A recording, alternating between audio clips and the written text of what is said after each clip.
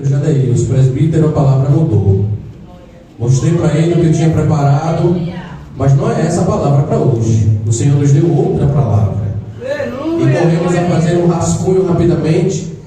E eu quero trazer essa breve palavra para o seu coração. Abra sua Bíblia, por favor, livro de Marcos, capítulo 16. Nós vamos ler apenas um versículo para nós ganharmos tempo.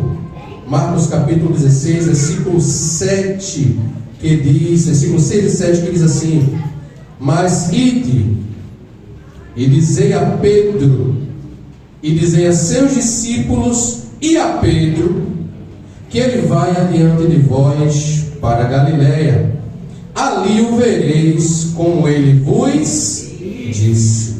Temos aqui, queridos irmãos, um episódio muito conhecido da Igreja de Jesus. E quando eu falo sobre a vida deste homem, quando eu medito sobre a vida deste homem, eu me alegro, porque é um discípulo que fala muito ao meu coração. Pedro, queridos irmãos, o seu nome original vem de Simeão, ou seja, de Simeão. Antes de Pedro ter o seu encontro com Jesus, ele era chamado de Simão. E Simeão é o nome original dele, que é uma das 12 tribos de Israel no Antigo Testamento. A Bíblia deixa claro, queridos irmãos, que a palavra Pedro vem de Petros, que quer dizer pedra pequena, ou fragmento de pedra. Pedro também, meus irmãos, ele é um dos primeiros discípulos de Jesus, que foi chamado por Cristo para ser discípulo dele. A Bíblia também diz que Pedro ele tinha família.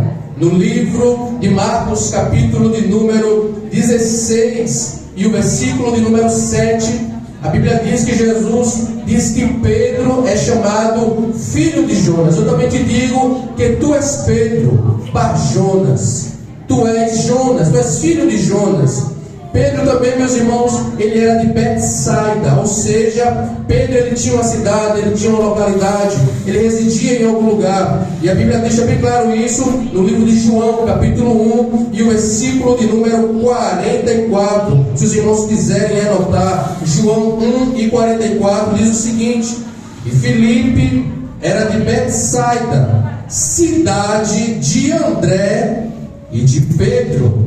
A Bíblia também diz, queridos irmãos, que Pedro ele era pescador e tinha uma certa sociedade junto com Tiago e João. Eles eram sócios na área da pesca. A Bíblia também diz que Pedro ele era casado.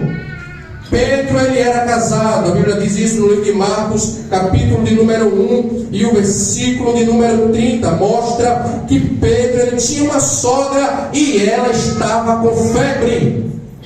Jesus saiu da sinagoga. Neste dia, era um dia de culto, deram oportunidade para Jesus. E lá na sinagoga ocorreu um grande milagre. Aconteciam muitas coisas na sinagoga. Existiam dirigentes naquela época, mas a Bíblia diz que deram oportunidade para Jesus.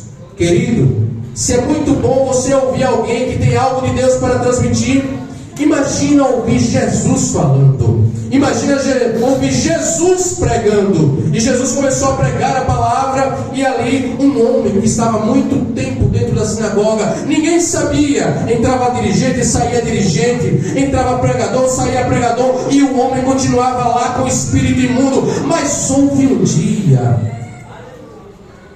que Jesus entrou na sinagoga. E quando Jesus entra na sinagoga, o andamento do trabalho é diferente. Jesus entrou na sinagoga, o espírito imundo que existia na vida daquele homem se manifestou, chegou diante de Jesus, prostrou-se, adorou e disse: o que nós temos contigo, Jesus, filho do Deus vivo? E Jesus não tem conversa com o adversário. Jesus não simplesmente disse: cala-te e sai dele. E ocorreu um milagre dentro da sinagoga. Não entendeu? Tem milagre dentro da sinagoga. Glória a Deus. Tem milagre aqui dentro hoje. Glória a Deus. O culto terminou o culto e todo mundo está indo embora. E agora Jesus na companhia dos discípulos, eu não sei quem.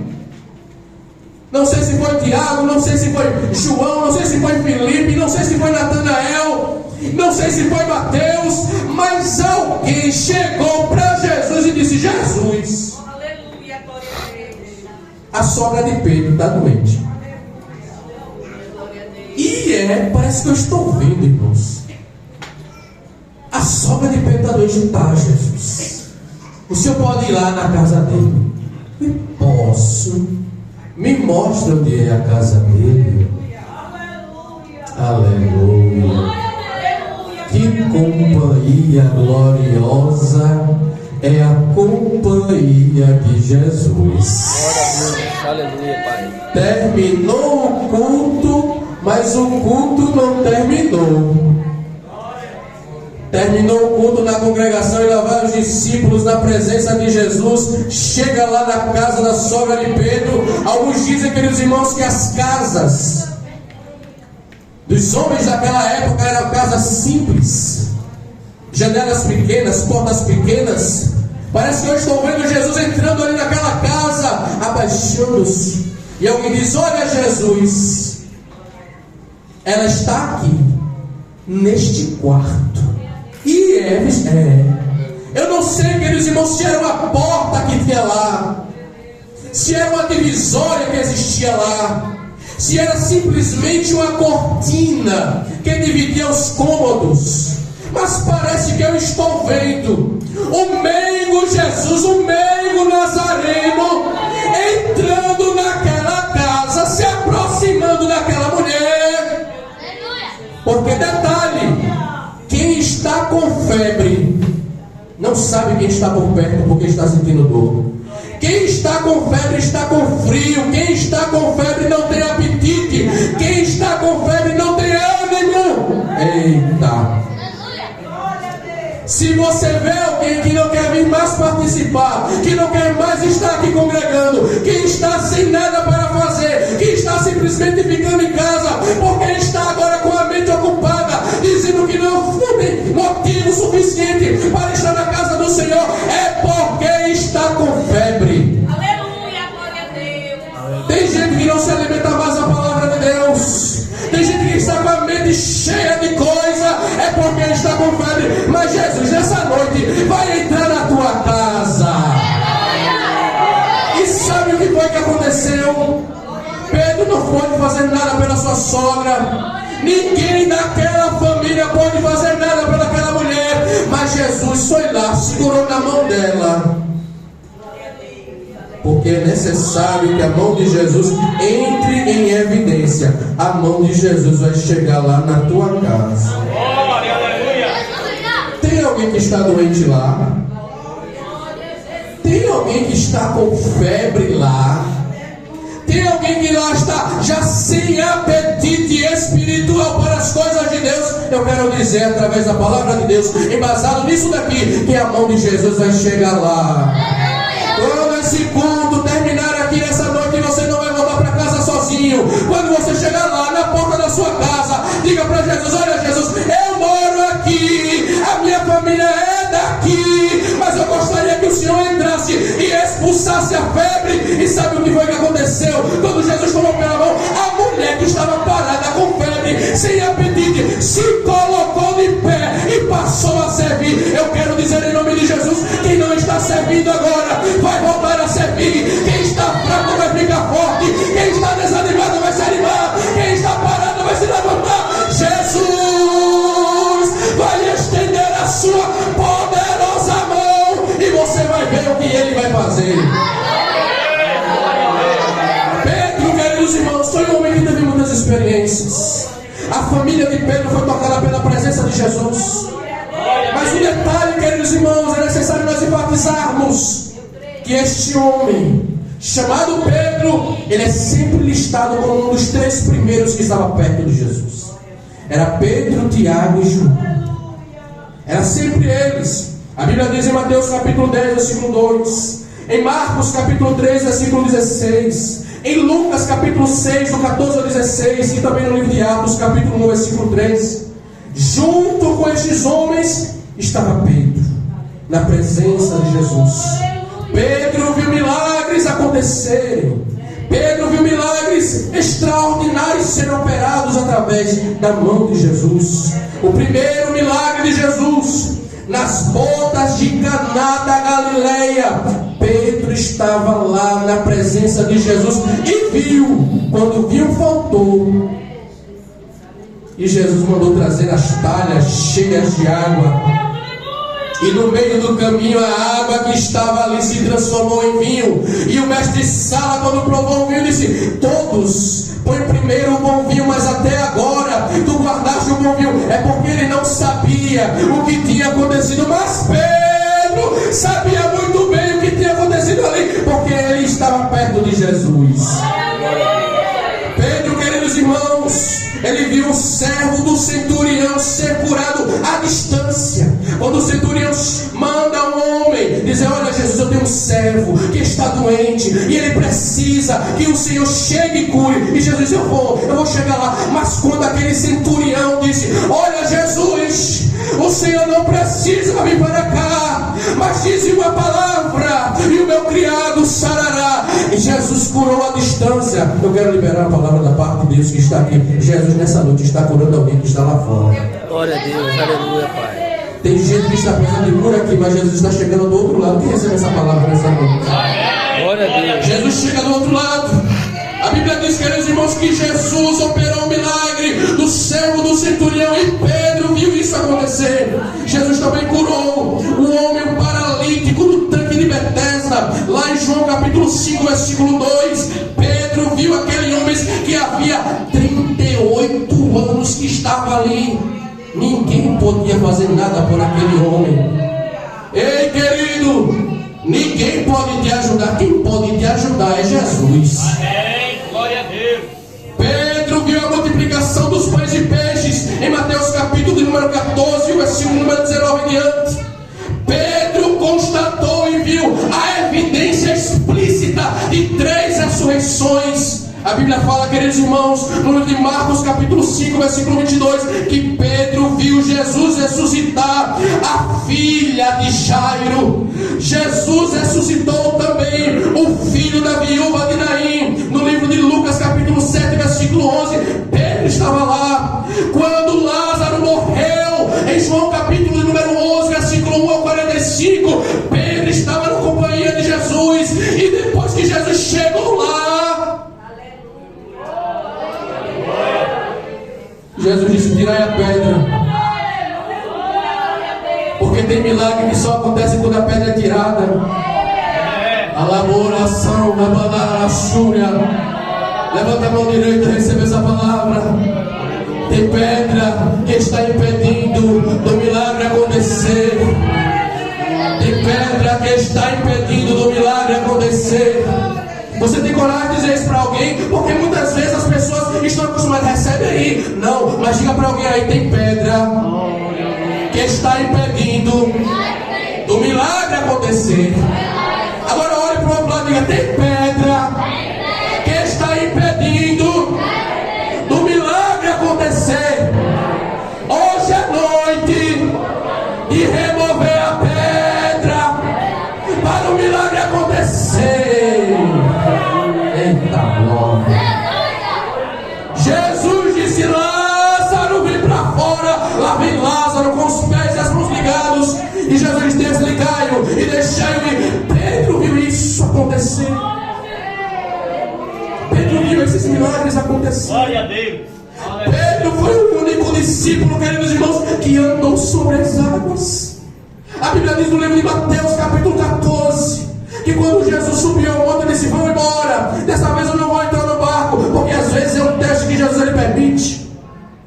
Os discípulos foram e Jesus subiu o monte, e quando eles estavam no meio do mar, a Bíblia deixa bem claro, o barco estava sendo ali atingido pelas ondas, pelos ventos. Os discípulos temeram, e já vem Jesus descendo o monte, porque para Jesus água e terra é a mesma coisa. Eita glória. Aleluia, glória a Deus. Da maneira que Jesus pisa na terra, Jesus pisa na água. Oh glória. Lá vem Jesus andando andando sobre a água, alguém dentro do barco que não tinha ainda intimidade com Jesus. Eita, Jesus. Tem gente que ainda não tem intimidade com Jesus e está pensando que é fantasma. Porque existia uma teologia no meio dos hebreus, e quando estava próximo à morte, um fantasma se apresentava e eles pensavam: chegou o dia da minha morte. E eles pensavam que estava ali, aquele dia era o dia que eles iam morrer, porque eles estavam vendo um fantasma. Mas na verdade, queridos irmãos, era o socorro que estava chegando para tirar eles daquele vendaval. Glória a Jesus. E Pedro disse: Jesus diz: olha, não temas, sou eu. E Pedro disse: Senhor, se realmente és tu, que ousadia tremenda, manda-me ter contigo sobre as águas. E Jesus disse: venha. Foi o único discípulo que andou sobre a água. Mas não apenas, queridos irmãos, a vida de Pedro se resume a isso. Esse homem extraordinário, que revelou até mesmo o próprio Cristo. A Bíblia diz no livro de Mateus, capítulo 16, que Jesus, ele indaga aos seus discípulos. Mateus 16, diz: quem diz os homens ser o Filho do Homem? E alguém disse, alguns dizem que tu és Elias, outros dizem que tu és Jeremias, alguns dizem que tu és um dos profetas ressuscitado. E Jesus agora olha para os seus discípulos e diz: e vós? Que dizes que eu sou? E Pedro disse: tu és o Cristo, o Filho do Deus vivo. Aí Pedro, agora surpreendido, Jesus libera uma palavra para ele e diz: eu também te digo que tu és Pedro, uma pedra pequena, um fragmento de pedra, mas sobre esta pedra que sou eu edificarei a minha igreja, e as portas do inferno não prevalecerão contra ela. Glória a Deus. Esse homem, irmãos, que teve revelações, que operou milagres. A Bíblia diz que quando Jesus levou, mandou os discípulos saírem, os 70 saírem de 2 em 2, até mesmo os demônios se sujeitavam a eles. Pedro operou milagres no nome de Jesus. Mas este homem extraordinário, este homem de Deus, também teve fraquezas. Pedro, ele agiu com violência no jardim. Em João capítulo 10, versículo 18, quando cortou a orelha de Malco. Esse homem que andou ao lado de Jesus não era convertido. E não sou eu que estou dizendo isso, é a Bíblia. A Bíblia diz, no livro de Lucas capítulo 22, versículo 32, que Jesus diz: mas eu roguei por ti, para que a tua fé não desfaleça, e tu, quando te converteres, confirma teus irmãos. E irmão, escuta isso aqui. Pedro andou com Jesus durante mais de 3 anos e não era convertido. E não sou eu que está dizendo, é a palavra de Deus. Eita, lá vai. Tem gente que está em nosso meio e ainda não é convertido. Canta e não é convertido, prega e não é convertido, recita e não é convertido, toque e não é convertido, evangelize e não é convertido, vem para a consagração e não é convertido, vai para o ciclo de oração e não é convertido, anda aqui, mas não é convertido. Satanás tentou várias vezes destruir a Pedro. A Bíblia diz que Jesus diz: olha, Satanás pediu para se andar contigo como faz com um trigo. Ele pediu para te jogar de um lado para outro. Mas eu roguei por ti, eu orei por ti, Pedro. Eu não permiti que ele tocasse em você.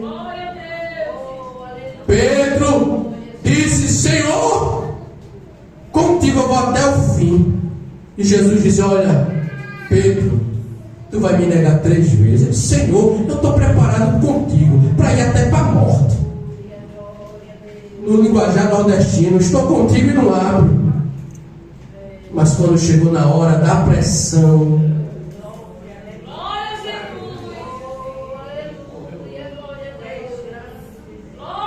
era um dia de frio, estavam se aquentando na fogueira. Alguém disse: tu é um deles. Eu disse: eu nunca vi esse homem. Aí Aí o outro chega e diz: você estava com Nazareno. Eu não conheço esse homem, ele praguejava, ele amaldiçoava, irmãos. Uma das mulheres chega e diz: você estava com ele, porque a sua fala é parecida com a fala dele. Eita. Glória a Deus. E ele negou a terceira vez e o galo cantou.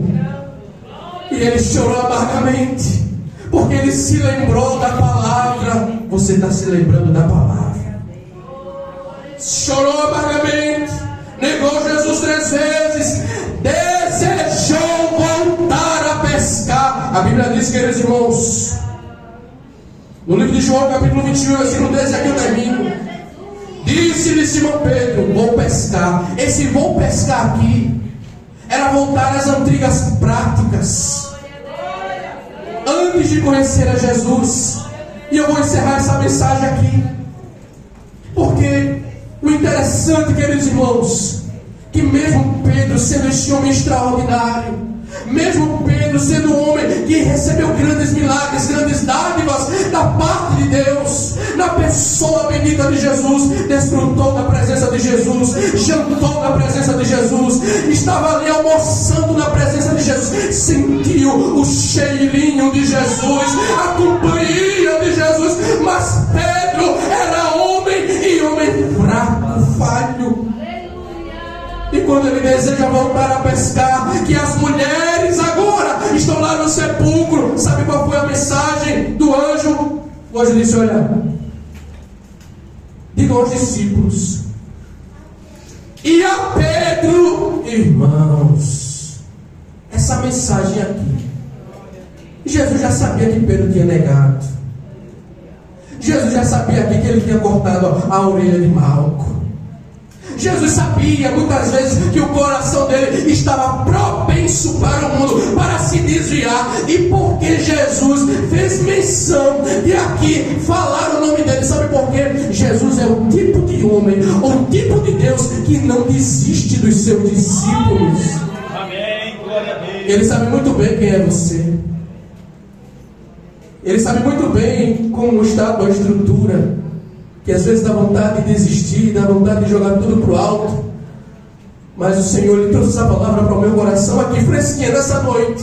Eu não planejava falar isso aqui, mas Jesus me manda dizer: eu não desisto de você, meu filho.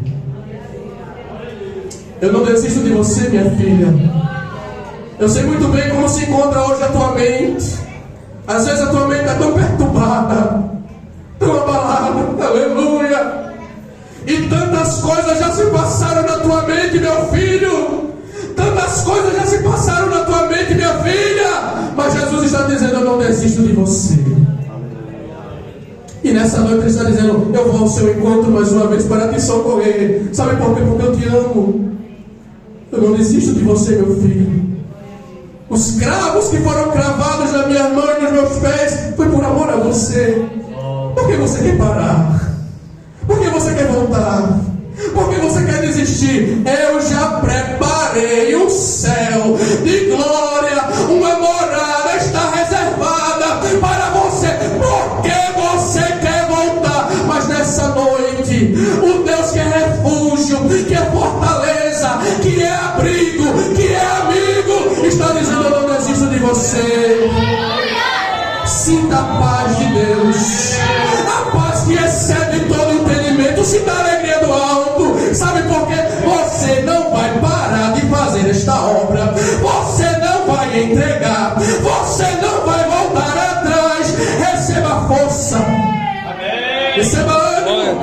Receba alegria vindo da parte de Deus. Porque Jesus jamais vai desistir de você. Alguém já pode até ter desistido, mas Jesus, Ele diz: eu não desisto de você. Vou insistir com você até o fim. Que Deus em Cristo nos abençoe. Quem diz amém?